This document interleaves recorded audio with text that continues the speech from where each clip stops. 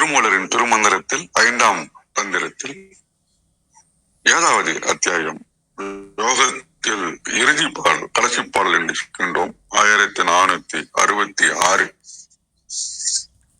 யோக சமயமே யோகம் பல உண்ணல், யோக விசேடமே அட்டாங்க யோகமாம், யோக நிர்வாணமே உற்ற பரோதயம், யோக அபிஷேகமே ஒன் சக்தி உற்றலே.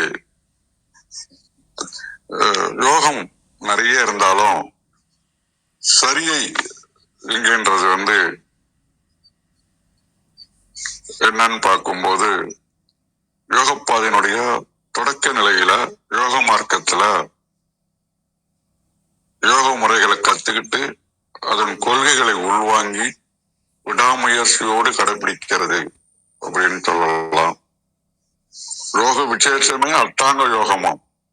யோகத்துல நிறைய இருந்தா கூட அட்டாங்க யோகம் தான் பெஸ்ட்ன்னு இந்த பாடல சொல்லதா உணர்கின்றேன். யோக நிர்வாணமே உற்ற பரோதயம், எண்ணங்களற்ற ஒரு அசையாத மனநிலையோடு இறைசிந்தனில் இருக்கிறதுக்கு பேரு யோக நிர்வாணம், முக்தி நிலை. அந்த அபிஷேகமே அப்படிங்கும் போது ஞானத்தை உணர்தல், தன்னுள்ளே இருக்கின்ற இறைவனை உணர்தல், அந்த மாதிரி வருகின்ற நிலைக்கு சக்தி உற்றலே. அப்ப நம்ம அந்த சித்தியெல்லாம் கைகூடி வரக்கூடிய ஒரு உயர்ந்த நிலை நமக்கு எட்டும் அப்படின்றதாக உணர்த்துகின்றேன். மிக்க நன்றி. வாருங்கள் ரத்னாகர் ஐயா, வணக்கம்.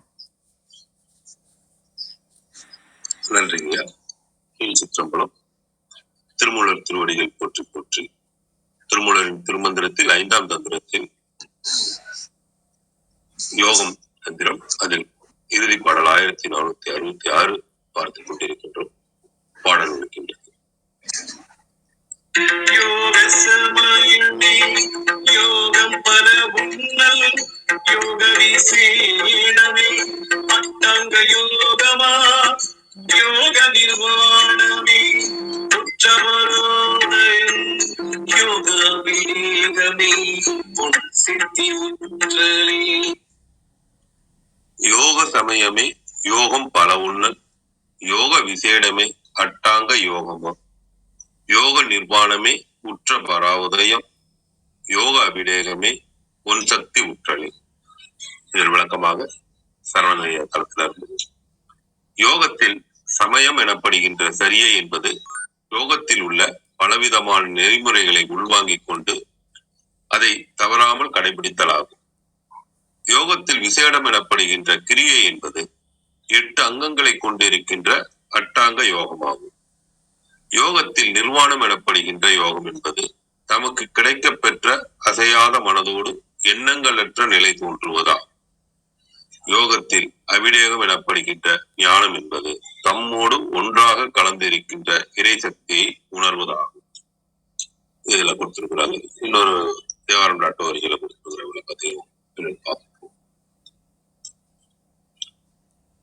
யோக நூல் பற்றி யோக வகைகள் பலவற்றையும் உணர்தல் யோகத்தில் சரியை எனப்படும். இயமம் நியமம் முதலிய 8 நிலைகளிலும் நிற்றல் யோகத்தில் கிரியை எனப்படும். உள்ளொளி காட்சி கிடைக்க பெற்று நிற்றல் யோகத்தில் யோகம் எனப்படும். 3ஆம் தந்திரத்தில் பரசித்தி என கூறப்பட்ட அவற்றை பெறுதல் யோகத்தில் ஞானம் எனப்படும். இதன் குறிப்புரையாக சரியை முதலியவற்றை அவற்றிற்குரிய தீக்கை பெயர்களாய் கூறினார். யோக நிலையில் அவ்வளவு யோக பகுதிகளே அவ்வளவு தீக்கைகளாய் அமையும் என்றுக்கு நிர்வாண தீக்கை ஞான தீக்கையாயினும் சாதகருக்கு ஞானத்தை முதிர்விக்க பிரசாத யோகம் உண்மை பற்றி யோக பகுதியாக கூறினார். அதற்கேற்ப ஞானத்தின் மிக்க ஆசாரிய நிலையையே ஞானம் என்றார். வருகின்ற அதிகாரத்து இறுதியிலும் இவ்வாறே கூறுதல் காணத்தக்கது. யோகத்தில் சரியை முதலிய பிறவாறு கூறப்படினும் இவ்வாறு கூறுதலும் உண்டு என்பது இதனால் பெறப்படுகின்றது. உற்றல் என்பதில் ரகர ஒற்று விரித்தல். இதனால் யோகத்தின் படிநிலைகள் பல கூறப்பட்டன அப்படின்னு இதற்கான விளக்கம் கொடுத்திருக்கிறாங்க. கௌரியம்மா வாருங்கள். வணக்கம். அருமை. நல்ல விளக்கம் குடுத்தீங்கய்யா. நெறைய விளக்கங்கள். லைனையா முழுமையான விளக்கம் குடுத்த மாரி எல்லாத்தையுமே சொன்ன மாரியே இருந்தது. மிக்க நன்றி. அனைவருக்கும் அன்பு வணக்கம். ஓம் நந்தியம்பெருமான் திருவடி போற்றி. ஓம் திருமூலர் திருவடி போற்றி. ஓம் நம சிவாய. திருமந்திரம் 1466. யோக சமயம் மே யோகம் பல உன்னல் யோக விசேடமே அட்டாங்க யோகமாம் யோக நிர்வாணமே உற்ற பர உதயம் யோக அபிடேகமே ஒன் சித்தி உற்றலே. In the path of yoga, many are the yogas to think. Of them, Ashtanga yoga is exceptional. Realizing the absolute is the final result. To be bestowed with the siddhis is the sacred bath. கொடுத்துருக்காங்க. நம்ம இப்போ யோகத்தோட நிறைவுக்கு வந்திருக்கோம். நாளையிலேருந்து ஞானம் ஆரம்பிக்குது. இப்போ இது வரைக்கும் பார்த்ததை ஸ்டெப் பை ஸ்டெப்பாக கொடுத்த மாதிரி இருக்கு. ஒவ்வொரு நிலையாக ஃபஸ்ட்டு சமய நிலை, இது தீட்சை முறையிலையும் பார்க்கலாம். இது நிலைகள் ஒவ்வொரு நிலையாக நம்ம கடந்து வந்த நிலையாகவும் பார்க்கலாம். சமய தீட்சை, விசேட தீட்சை இருக்கு, அப்புறம் நிர்வாண தீட்சை, அப்புறம் அபிடேக தீட்சைன்னு இருக்கு. சமயம் அதுதான் முதல் வரியில சொல்றதாகவும் பார்க்கலாம். அதாவது இனிஷியேஷன், முதல்ல நம்ம ஸ்டார்ட் பண்றது. அதுக்கப்புறம் அட்டாங்க யோகம், அதை முறையா நம்ம அதுல இருக்கிறத ஒழுக்க முறையோட நம்ம பின்பற்றுறது. அதுக்கப்புறம் பர உதயம், நமக்குள்ள உணர்றது.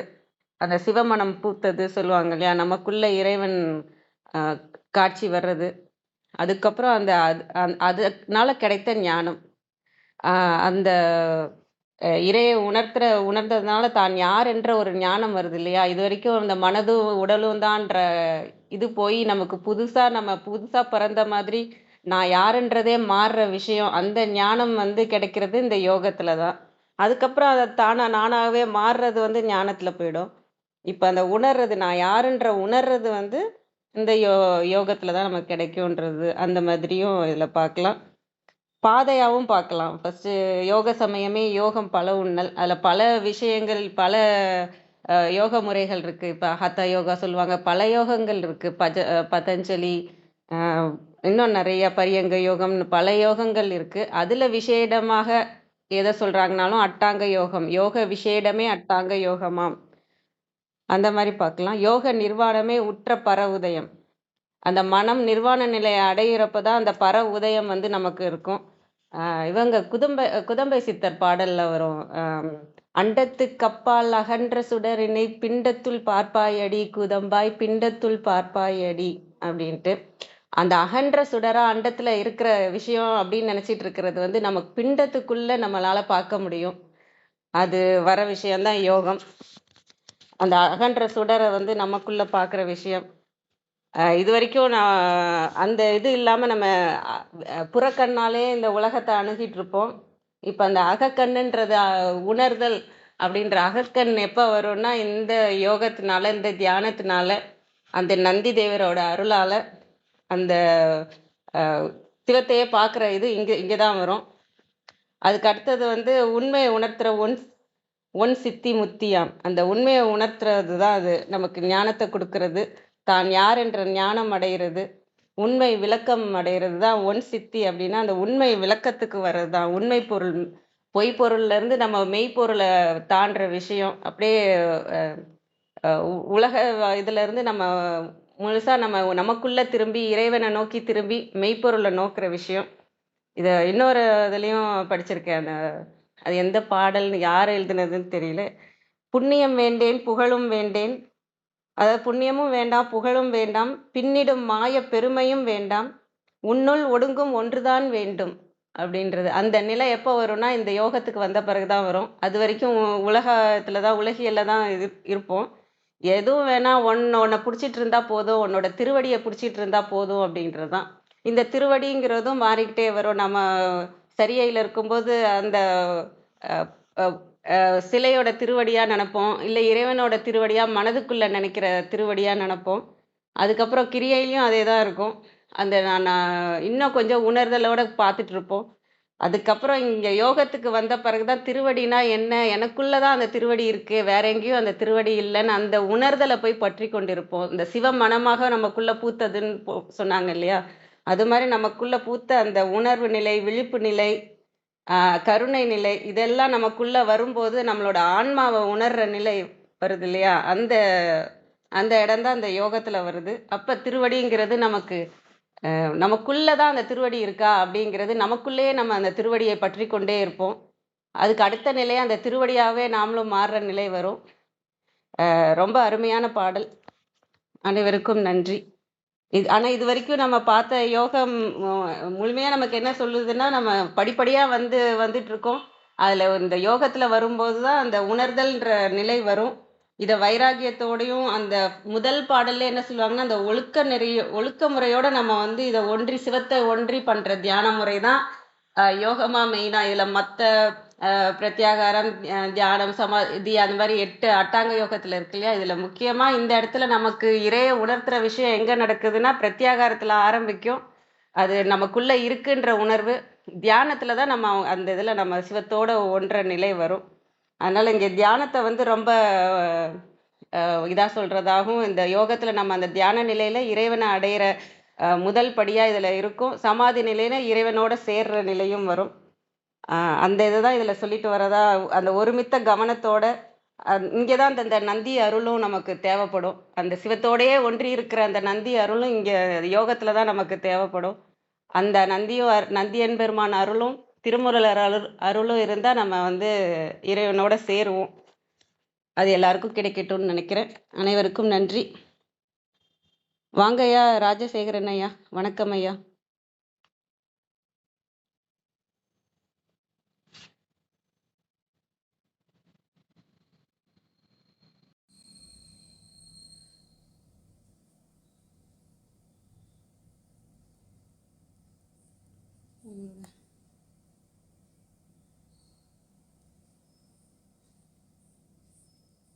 ஐயா ராஜசேகரன் ஐயா, உங்க ஆடியோ வரல.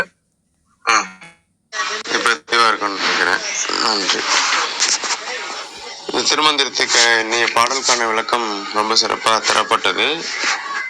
நான் இன்னைக்கு பாடலை மட்டும் படிக்கிறேன்.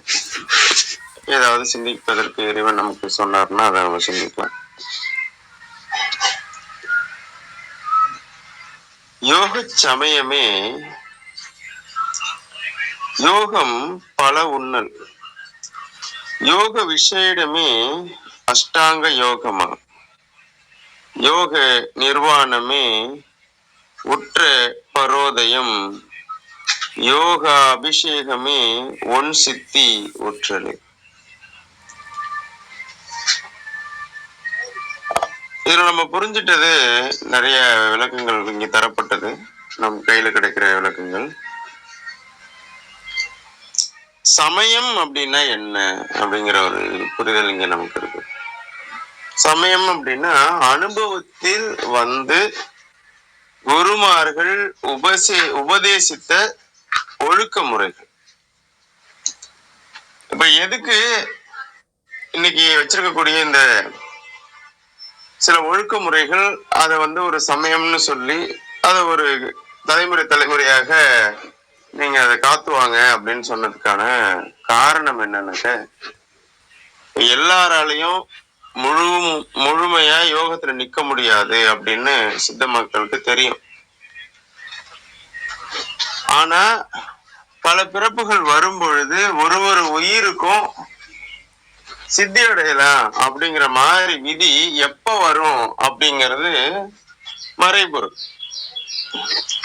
பல பிறப்புகள் நம்ம எடுக்கிறோம். இந்த பிறப்புல எனக்கு சித்தி அடையலாங்கிற விதி இருக்குன்னு வச்சுக்கோங்க. நான் தயாரா இருந்தேன்னா அதை அடைவதற்கான பாதை எளிமையா இருக்கும், எனக்கு அது வேகமா நடக்கும்.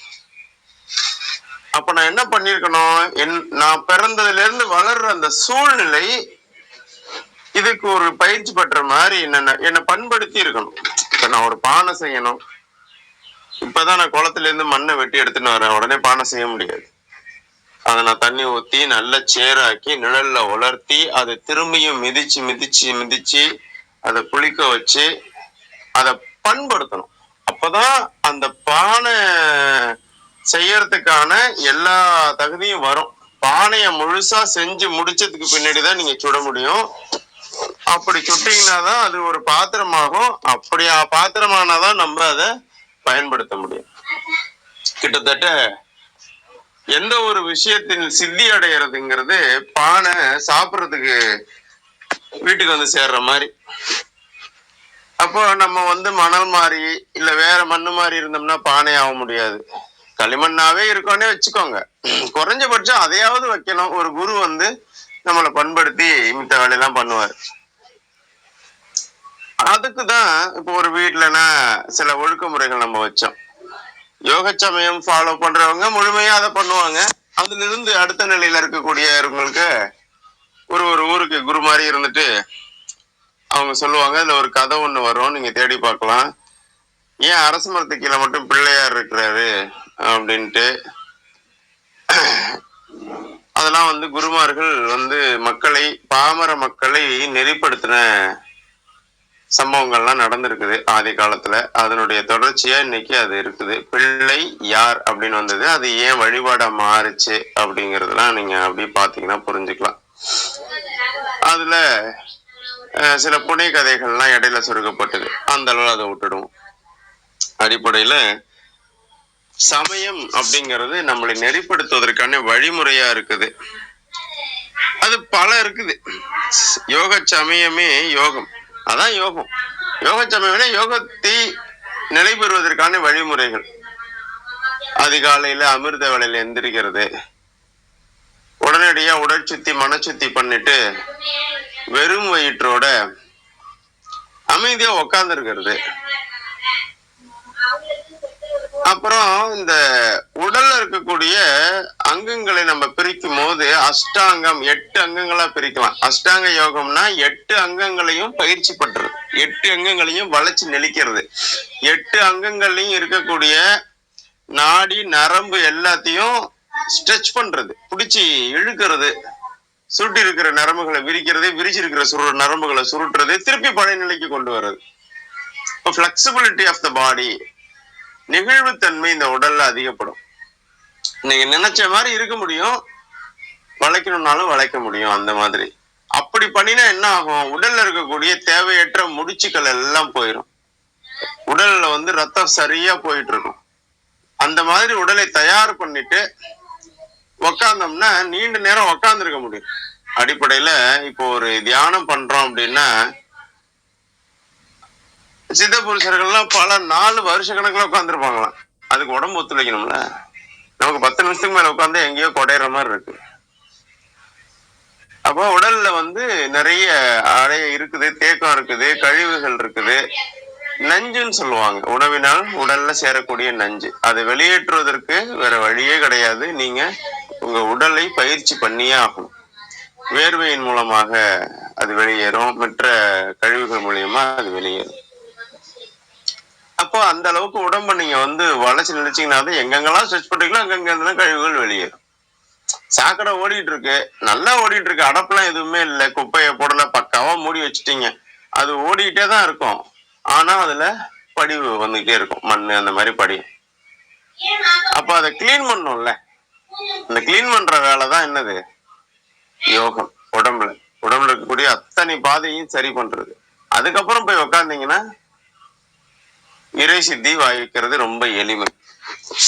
அப்ப யோகம்னா என்ன, சமயம்னா என்ன, அந்த சமயத்தினால் நமக்கு கிடைப்பது என்ன? அஷ்டாங்க யோகம் செய்யறது. அஷ்டாங்க யோகம் செய்யணும் அப்படின்னா சில நியமங்கள் இருக்கு, இப்ப எப்படி இருக்கணும் அப்படின்ட்டு. அப்ப அதெல்லாம் நெறிமுறையில வந்துருது, அது சமயமா போகுது. அப்புறம் யோக நிர்வாணம். நிர்வாணம் அப்படின்னா என்னன்னா எதுவுமே இல்லாமல் இருப்பது. ஒரு விஷயத்த மறைச்சு வச்சீங்கன்னா தேவையற்ற ஆவல் உண்டாகும். இதான்பான்னு எடுத்து காமிச்சிட்டீங்கன்னா ஆவல் நின்று போகும். பாடல் கூட நமக்கு சமீபத்துல ஒரு திரைப்பட பாடல் கூட இருக்குது. கண்ணில் காட்சி தோன்றி விட்டால் என்ன ஆகும், அந்த காட்சி தோன்றலைன்னா என்ன ஆகும், கற்பனை மிகுந்து விடும்னு சொல்லுவாங்க. கிட்டத்தட்ட அதே போலதான் நிர்வாணம் அப்படின்னா ஏதுமற்ற நிலை. இதான்ப்பா இருக்குது, இதான் விஷயம் அப்படின்னு சொல்லிடுறது. இன்னொரு விஷயத்துல பாத்தீங்கன்னா எதையும் சுமந்து கொள்ளாமல் இருக்குது. இப்போ நம்ம லௌகிக வாழ்க்கையில இருக்கிறோம், நிர்வாணம் அப்படின்னா ஆடையற்ற உடல்னு மட்டும் நம்ம புரிஞ்சுக்கிறோம். தப்பு கிடையாது, சரிதான். அது மட்டும் இல்ல, இப்போ உடல் வந்து எப்படி பிறந்ததோ அப்படியே இருக்கிறது, பிறந்த மேனின்னு சொல்லுவோம். அதுல நீங்க ஆடை சுமந்துட்டு தானே இருக்கீங்க. அந்த சின்னதான சுமபதியும் தூக்கி தூரம் எறிஞ்சிட்டீங்கன்னா அப்படின்னா அது நிர்வாணம். நமக்கு இருக்கக்கூடிய காரண அறிவுல அப்படி புரிஞ்சுக்கிறோம். இப்போ உடல் மட்டும் இருந்தா போதுமா? உயிர் இல்லைன்னா அது பணமாச்சே. சரி, உடலும் உயிரும் மட்டும் இருந்தா போதுமா? அதுக்கு பேர் வந்து ஜடமாச்சே. அப்ப மனம்னு ஒண்ணு தேவைப்படுது. அப்ப அந்த மனம் எவ்வளவுக்கு லேசா இருக்கோ அந்த அளவுக்கு பறக்கும். மனத்துக்கு அதீத சக்தி இருக்கு. ஒரு மனோவேகம்னு சொல்லுவாங்க. உலகத்துல அதிகப்படியான வேகம் என்ன? மனோவேகம். நீங்க வந்து கோயம்புத்தூர்ல பிறந்திருக்கீங்க, ஒரு 5000 கிலோமீட்டர் தாண்டி ஒரு நாட்டுக்கு போய் வேலை பண்ணிட்டு இருக்கீங்க. தினமும் எழுந்திருச்சோன்னா உங்க வீட்டுக்கு தெருமுனையில் இருக்கக்கூடிய பிள்ளையார்கிட்ட கோயில்ல குளத்துல குளிச்சுட்டு பிள்ளையார் கும்பிடுறது வழக்கம். அந்த நாட்டுல தூங்கி எழுந்திருக்கிறீங்க, அந்த குளத்துல குளிக்க முடியாது, ஆனா அந்த பிள்ளையார நினைக்கிறீங்க, உடனே அந்த கோயிலுக்கு முன்னாடி நிக்கிற மாதிரி இருக்கும். 50,000 கிலோமீட்டர் இருந்தா கூட அதே சில நேரத்துல நடக்கும். அதுதான் மனோவேகம். அத மாதிரி மனம் வேற ஏதாவது, இப்போ கவலையில இருக்கீங்க, வேற ஏதாவது இருக்கீங்க, மறந்து போயிடுமே. இப்போ அலுவலகத்துல பணி நிமிர்ந்து போச்சு, காலையில 6 மணிக்கு எழும்புறீங்க, 7 மணிக்கு அலுவலகம் போறீங்க, இரவு 12-1 மணிக்கு தான் வர்றீங்க. வந்துட்டு வீட்டுல ஏதோ சாப்பிடுறீங்க, இல்ல சாப்பிட்டுட்டே வந்துடுறீங்க, ஆடை மாத்தி கொண்டு படுத்துடுறீங்க, தூங்கி எந்திரிச்சு குளிச்சுட்டு திருப்பி ஆபீஸ் போயிடுறீங்கன்னு வச்சுக்கோங்களேன். ஒரு உதாரணத்துக்கு சொல்றேன். அப்போ இதெல்லாம் ஞாபகம் வருமா? கும்பிடணுங்கிறதே மறந்துட்ட மாதிரி 10 நாளா என்ன வேலை அப்படின்னு நம்ம சொல்லியிருப்போம். எல்லாருமே சொல்லியிருப்போம் ஏதோ ஒரு சந்தர்ப்பத்துல. அப்ப மனம் லேசா இருந்தா சரியா இருக்கும். அப்ப மனத்தையும் நிர்வாணமா வச்சுக்கிறது எப்படி? அதுதான் வந்து இந்த யோகத்தினுடைய முடிவு நிலை. நீங்க தியானத்துல உட்காரணும், பயிற்சியின் மூலியமா உள்ள இருக்கக்கூடிய குண்டலினிய அடிச்சு கலப்பணும். அது 7 சக்கரம் வழியா தாண்டி போகணும், உச்சத்துல இருக்கக்கூடிய இறைவனை பார்க்கணும். இதுதான் நம்மளுடைய நோக்கம். இது நடக்கணும்னா அடிப்படையில தியானம் பழகணும். உட்காரணும், முதல்ல உட்காரணும்னா உடம்பு பழக்கணும், அஷ்டாங்க யோகம் பண்ணணும். அஷ்டாங்க யோகம் பண்ற அளவுக்கு உடம்ப பழக்கணும் அப்படின்னா மனம் அதுக்கு சரியா இருக்கணும். இப்போ உங்களால சாப்பிட முடியும், பசிக்குது, அதனால நீங்க சாப்பாடு கொடுத்தா சாப்பிட மாட்டீங்க. ஏன் சாப்பிட மாட்டீங்க? மூடு இல்லப்பா, கொஞ்ச நேரம் ஆகட்டும் சாப்பிடும், இப்பதானே வந்தேன், இப்பதான் ஆபீஸ்ல மீட்டிங் முடிச்சுட்டு வந்தேன், ஒரே சண்டை, என்ன பண்றது? இல்ல, நான் இப்பதான் மீட்டிங் முடிச்சுட்டு வந்தேன், எல்லாம் சிறப்பா போச்சு, ரொம்ப மகிழ்ச்சிப்பா, ஒரு 6 மாசமா பண்ண வேலைக்கு இன்னைக்கு பலன், எனக்கு இப்ப மனசுலாம் நிறைஞ்சு கிடக்கு, இப்ப எனக்கு சாப்பிட முடியாது. ஆனா வச்சா 4 தட்டு சோறு திம்பாங்க, அவ்வளவு பசி இருக்கும். ஆனா மனசு நிறைஞ்சிருக்கும் போது கொஞ்சம் தள்ளி சாப்பிடும். அப்போ மனம் தயாரா இருந்தாதான் செயல் நடக்கும். அந்த மனத்தை பயிற்சி பண்றதுக்கு சூழ்நிலை சரியா இருக்கணும். அப்ப சமயம்னு ஒண்ணு சொல்லி, இப்படி இருங்க, பிள்ளைங்களை இப்படிதான் வளர்த்துக்கணும், இத்தனை பிள்ளைங்களுக்கு முன்னாடி இதை நீங்க செய்யணும், இதை செய்யக்கூடாது, உங்களுக்கு நீங்களே இதெல்லாம் செய்யணும், இதெல்லாம் செய்யக்கூடாது, நீங்க இல்லறத்துல இருந்தீங்க அப்படின்னா இந்தந்த மாதிரி நீங்க இருக்கணும், இந்தந்த மாதிரி இருக்கக்கூடாது, ஒரு பூஜை பண்ணிக்கலாம்னு பிளான் பண்றீங்க அப்படின்னா இப்படி இருக்கணும், இப்படி இருக்கக்கூடாது. இப்ப அந்த மாதிரி பொதுவான வாழ்க்கை சிறப்பா இருப்பதற்கான வழிமுறைகளை சொல்றதுக்கு என்ன பண்ணலாம், என்னெல்லாம் பண்ணலாம்? 5000 பாட்டுல சொல்லியிருக்கிறது எனக்கு அவ்வளவா புரிஞ்சுக்க முடியலையே அப்படின்னா, உங்களுக்கு எளிமையா ஒரு ஆச்சார கோவைன்னு ஒரு தமிழ் புத்தகம் இருக்குது, எடுத்து படிக்கலாம். அதுல வந்து எல்லாமும் சொல்லப்பட்டிருக்குது. ஒரு காலத்துல ஒரு பருவத்துல எப்படி என்னென்ன மாதிரி இருக்கணும். அப்ப சமயம் ஆரம்ப நிலை, அதற்கு அப்புறமா அதுல பல விஷயம் இருக்குது. ஏன்னா இப்போ ஒரு மலை சார்ந்த இடத்துல இருக்கக்கூடிய ஒரு மனிதனுக்கான ஒழுக்க முறைகளை கடல் சார்ந்து இருக்கக்கூடிய மனிதன் பண்ண முடியுமா? முட்டாள்தானே இல்லையா? அது மாதிரி பல இருக்குது, அதான் சொல்லியிருக்கிறாங்க. ஆனா எந்தெந்த இடத்துல இருக்கிறவங்க எப்படி இருக்கணும், எந்தெந்த மாதிரி சூழ்நிலையில இருந்து அதுக்கு வாய்ப்பு இருக்கும், அவ்வளவுதான். யோகத்துல விசேஷம் அஷ்டாங்க யோகம். அப்ப 5-8 அங்கங்களையும் நீங்க சரியா வச்சிருந்தீங்க அப்படின்னா உங்களுக்கு என்ன கிடைக்கும்? யோக நிர்வாணம் கிடைக்கும். யோக நிர்வாணம் அப்படின்னா மனத்துல எந்த விதமான வலுவும் இல்லாத நிலை, அந்த மனம் லேசா இருக்கக்கூடிய நிலை. அப்படி நினைச்சா இறைவன்கிட்ட போயிடணும். மனத்துக்கு அந்த தகுதி இருக்குது, அந்த தகுதியோடயே அதை வச்சுக்கிறது தான். இதே நம்ம இடையில நம்ம வளர்ந்து வரும்போது, எண்ணங்களினுடைய குவியல் வரும்போது அதுல இருந்து நம்ம விலகி போயிடுறோம். மீண்டும் அந்த நிலையை அடைவதற்கு முயற்சி தான். ஸோ அதுதான் நம்மளுடைய ஆல்மோஸ்ட் நம்மளுடைய யோக பயணம் முடிவு நிலைக்கு வந்துடுச்சு அப்படின்ட்டு. அப்படி பண்ணிட்டீங்கன்னா யோக நிர்வாணமே உற்ற பரோதயம் உங்களுக்கு கிடைச்சு போச்சு. யோக அபிஷேகமே ஒன் சித்தி உற்றலை. இப்போ நீங்க சித்தி யோகத்துல சித்தி அடைஞ்சிட்டீங்க அப்படின்னா, இவங்களுக்கு எல்லாம் வாய்ச்சிருச்சு அப்படின்னா நீங்க யோக அபிஷேகம் பண்ணுவீங்க. இது ஒரு வரியில ஒரு வார்த்தையில அவர் சொல்லிட்டாரு. நான் நேத்தி பேசும்போது கூட இந்த அபிஷேகம் இறைவனுக்கு கோயில்ல எல்லாம் பண்றாங்க, நம்ம உட்கார்ந்து பாக்குறோம். மித்த நேரத்திலேயே இறைவனை பாக்குறோம். அபிஷேகம் பண்ணும்போது ரொம்ப சிலிர்த்து போய் பாக்குறோம், பக்தியின் பெருக்குல பாக்குறோம். அது நமக்கு உள்ளுக்குள்ள பண்ணக்கூடிய யோக அபிஷேகத்தினுடைய வெளிப்புற ஒரு சடங்கு மாதிரி, நமக்கு சொல்லாமல் அதை நினைவூட்டுறது. உங்களுக்கு அதற்கான விதி வரும்போது இதை போன்ற அபிஷேகத்தை நான் எப்போது எனக்குள்ள இருக்கக்கூடிய இறைவனுக்கு பண்றது அப்படின்னு நீங்க பண்ணீங்கன்னா விடை அது யோகமா இருக்கும். அது குண்டலினி யோகமா இருக்கும், இல்லைன்னா வாசி யோகமா இருக்கும்.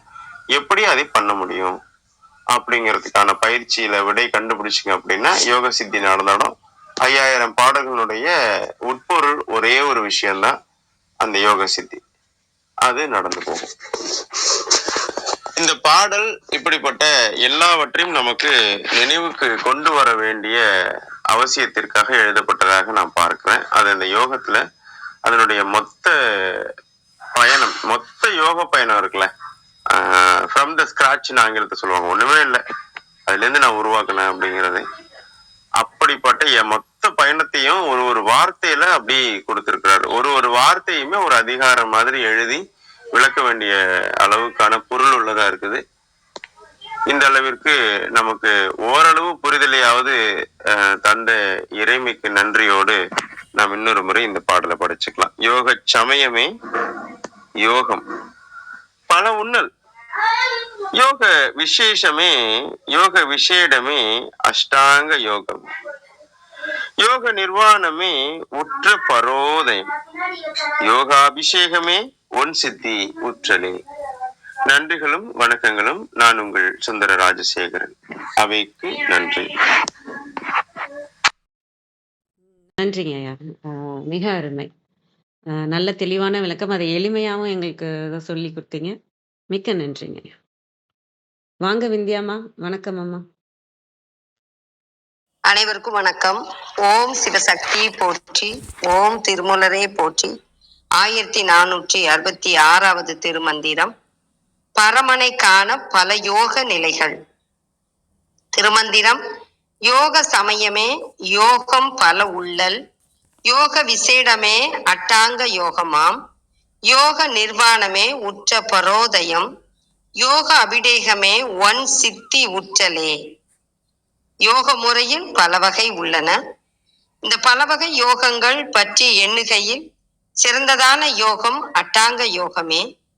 யோக முறையில் நிர்வாண தீட்சை பெற்றிருத்தல், சமாதி நிலையில் இருந்து தன்னை மறந்த நிலையில் தியானத்தில் ஈடுபட்டு சிவ தரிசனம் காண்பது.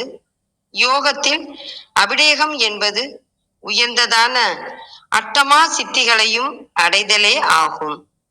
சமயம் வழி, உள்ளல் நினைத்தல், விசேடம் சிறப்பு, உற்றல் அடைதல் அட்டாங்க யோகம். உயர்ந்ததான சித்தி ஒன் சித்தி எனப்பட்டது. இவை அட்டமா சித்திகளாம்.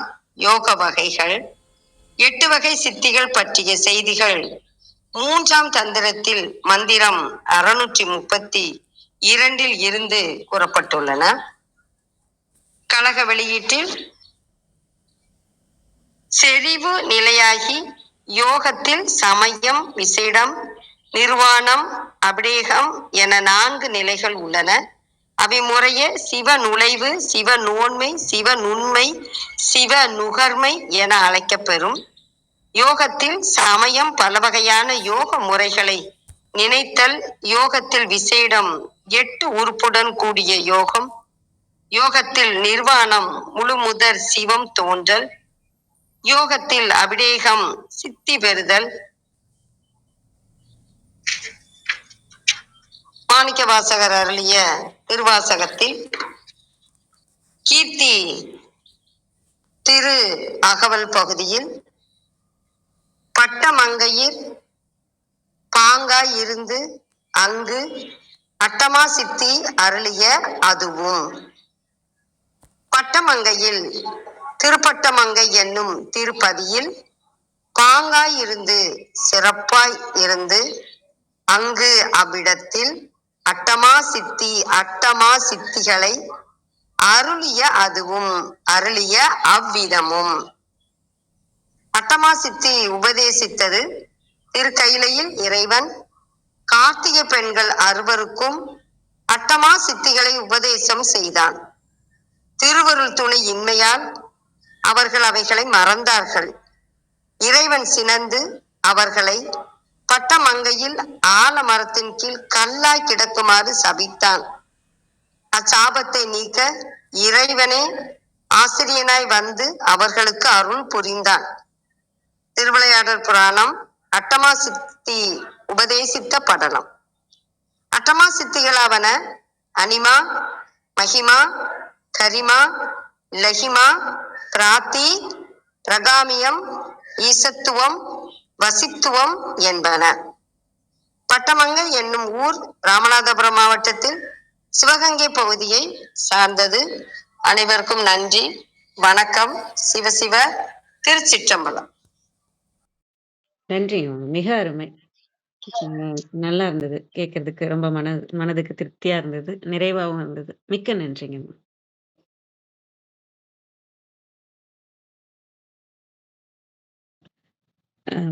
பரோதயம் மீனிங் மெசேஜ் போட்டிருக்கிறாங்க. நீங்க எதுவும் சொல்றீங்களா ராஜசேகரன் ஐயா? சுந்தர ராஜசேகரன் ஐயா.